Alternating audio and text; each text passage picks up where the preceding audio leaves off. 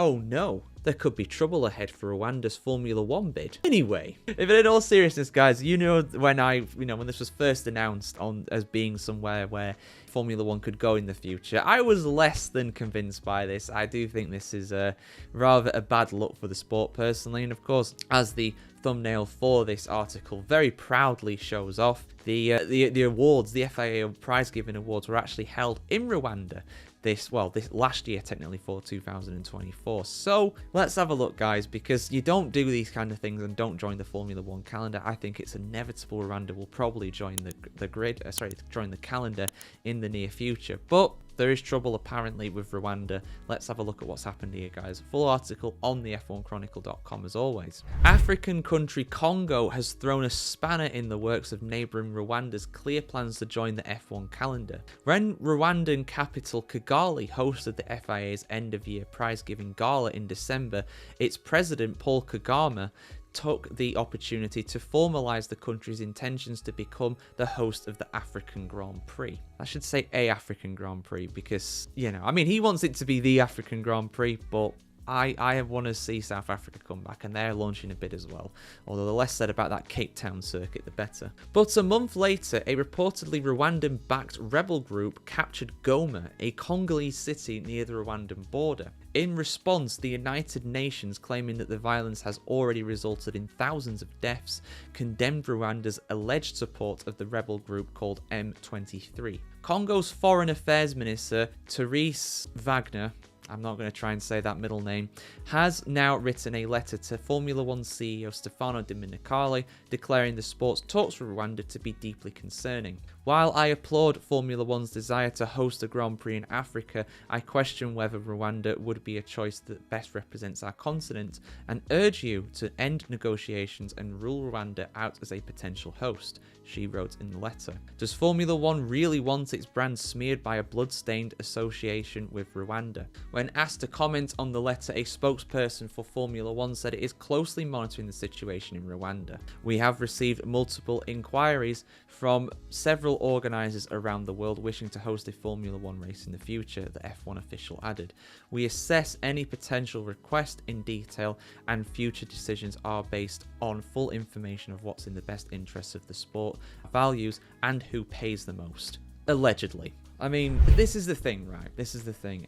And this is just adding fuel to the fire of why we shouldn't go to Rwanda. If there has been, for those that are not aware, Congo, Democratic Republic of the Congo, has been in civil war for a very long time, decades. There's always been something happening in the Congo, basically, and it's rarely been good. Anybody who knows the history of that country will know it's a very, very tragic and bloody one for sure, going all the way back to the Belgian colonial times. Now, at the end of the day, we shouldn't go to countries where there are troubles like this. We shouldn't have races in places like this. I get that. Now, the violence itself is not in Rwanda, but from what I understand, Goma is relatively close to the border with Rwanda. It's a relative border town. So that's not great. And even before that, Rwanda has a very sketchy record, to say the least, when it comes to human rights. But the counter argument to that some people will say is, oh, Formula 1 could go to Rwanda and be a change for good. We can go there and sow the seeds of democracy and freedom. No, it won't do any of that.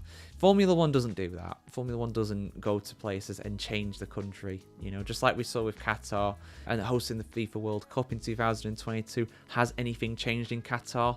No. Will anything change in Qatar? Probably not. Formula 1 goes to some very sketchy countries, to say the least. Saudi Arabia, Qatar, the UAE, Bahrain. We've gone to Russia in the past. We've gone to apartheid South Africa in the past. We've gone to some countries and regimes that are extremely dodgy, to put it mildly.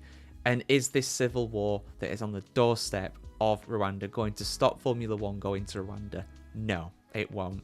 Like I said, they race for the money. They don't race as one. Simple as that. As long as, literally we had, an oil refiner, an oil container, a massive factory blow up on the day before the Saudi Arabian Grand Prix a few days ago. And you think a civil war will stop Formula 1 going to Rwanda? No chance. No chance. Absolutely no chance. Them saying that Formula 1 doesn't want to have this blood-stained regime associated with them. How many people have some of the regimes that I've just mentioned before killed in very questionable circumstances? We don't know, but it's a big number. I guarantee you that. So those are my thoughts on it, guys. Do I want to see Rwanda come on the F1 calendar? No, absolutely not. Will it come on the calendar? Absolutely. It's a matter of time. You don't host the FIA prize-giving gala. You don't cozy up to the FIA president. And I'm not. And listen, this is not me having a go at MBS here, right? It's not right what he's doing, but he's not the only one. Stefano Domenicali has made it perfectly clear what he wants to do. Rotate the European races. Get these other races in just because they pay more. Because it's all about the money, baby. Show me the money. It doesn't matter. It doesn't matter where it's coming from. It doesn't matter who's paying it. Formula One will go. They go. They sell themselves to the highest bidder.